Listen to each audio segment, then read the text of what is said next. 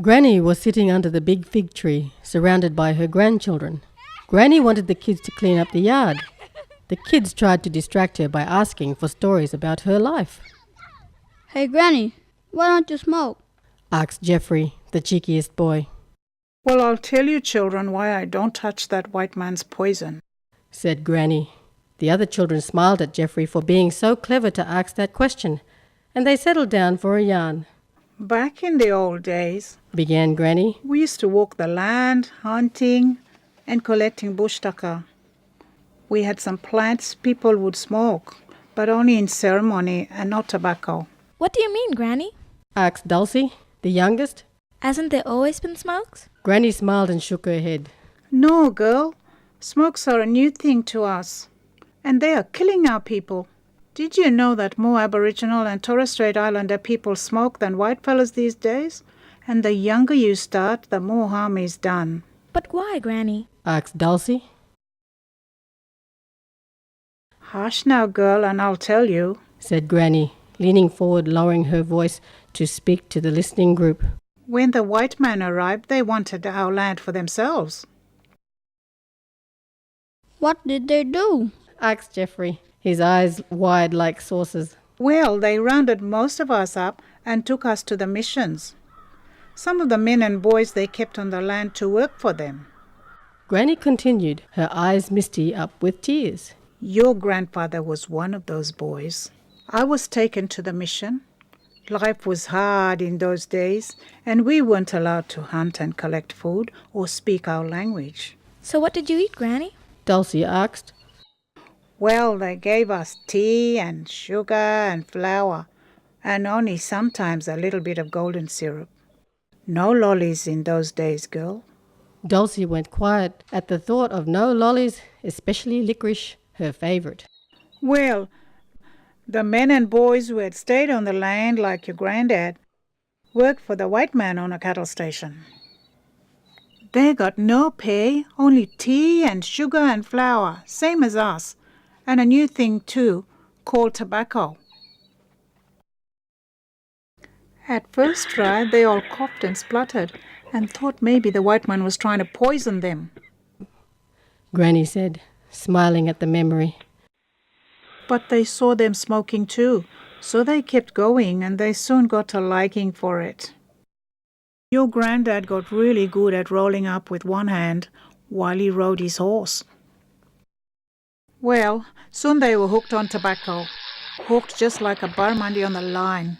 They'd rather have a smoke than eat. That's true.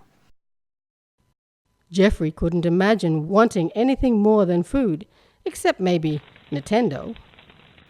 Anyway, your granddad and I got married, and I went to live with him at the camp. I was happy to be back on my land again. It wasn't the same as before, though, continued Granny, her eyes misting again. We couldn't hunt and gather like we used to, because they kept us busy. While the men were out working the cattle, us women had to do the washing and cleaning at the big house. At night, though, we would all sit around the campfire yarning, drinking tea and eating damper, and the men would smoke.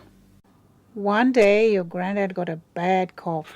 He still had to work though, and this cough just kept getting worse and worse. Well, he ended up with pneumonia. What's pneumonia, Granny? asked Jeffrey. Bad lung condition, boy. It was so bad he couldn't work anymore. Just coughing and coughing all the time, said Granny, tears now spilling down her cheeks. She wiped them away impatiently. They didn't want him at the station if he couldn't work, so we had to go back to the mission and try and fix him up. Well, he slowly got better, but his lungs were weak, and that terrible cough never really went away. Yet he still smoked those rollies. See, we didn't know in those days how bad it was to smoke. I know now that if he had given up then, his lungs would have got better. See, the longer you smoke, the more damage it does. And if you stop, then the damage stops and even gets better. But sadly, he was proper hooked now and found it hard to stop. He tried to get work near the missions, but the only jobs was diving for pearls or crayfish. Because of his weak lungs, he couldn't hold his breath long enough, so they didn't want him. So he would sit, smoking those damn bloody rollies, dreaming of the day we could go back to our land. The children looked at one another with wide eyes. They had never heard Granny swear before, not even when she hit her toe with the axe that time. This was serious stuff. Well, time went by, and your granddad ended up with emphysema. What's that, Gran? Asked Leonora, the eldest of the children gathered at Granny's feet. Well, girl, it's when your lungs go all hard. So instead of blowing up and down like a balloon when you breathe, your lungs stay all hard and the air can't get in. Once you've got emphysema, you can't get rid of it. It is caused by all those poisons that are in the smokes, like nicotine. They have even got arsenic, that deadly poison in them. Your poor granddad will be wheezing and coughing, trying to get the air into his lungs. Well, he passed away from it, leaving me and the kids, your mums and dads, on our own. Times changed. The mission became a town and we got more freedom now than in those days. One thing hasn't changed though. Murray's still hooked on them smokes.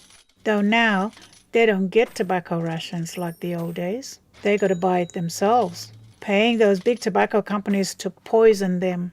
I look around the town today at all the adults and young people smoking and I wonder how many of them are going to be widowed early like me or have small weak babies because they smoke while they are pregnant or get sick with bad lungs or have to get their legs chopped off. Their legs chopped off? Why, Granny? Interrupted Geoffrey. Smoking changes the way your blood flows and stops the blood going into your arms and legs. That old man Cyril, that's why he's only got one leg. Not from a shark like he tells you young fellas. And it's not only those ones that smoke, but if you breathe in other people's smoke, that can get you sick too. So it makes me real sad seeing our mob smoke. 'Cause in every one of their faces, I see your old granddad. Sighed Granny. Yes, my grandchildren, hooked like a barmundi and being slowly reeled in. So that's why I don't smoke. Well, I'm never going to smoke, said Geoffrey. That's real good, child. And be warned now, you lot, she said, leaning closer to them. If I ever catch any of you smoking that poison that killed your granddad, I'll whip your hides. Just like I will soon if you don't get this yard cleaned up.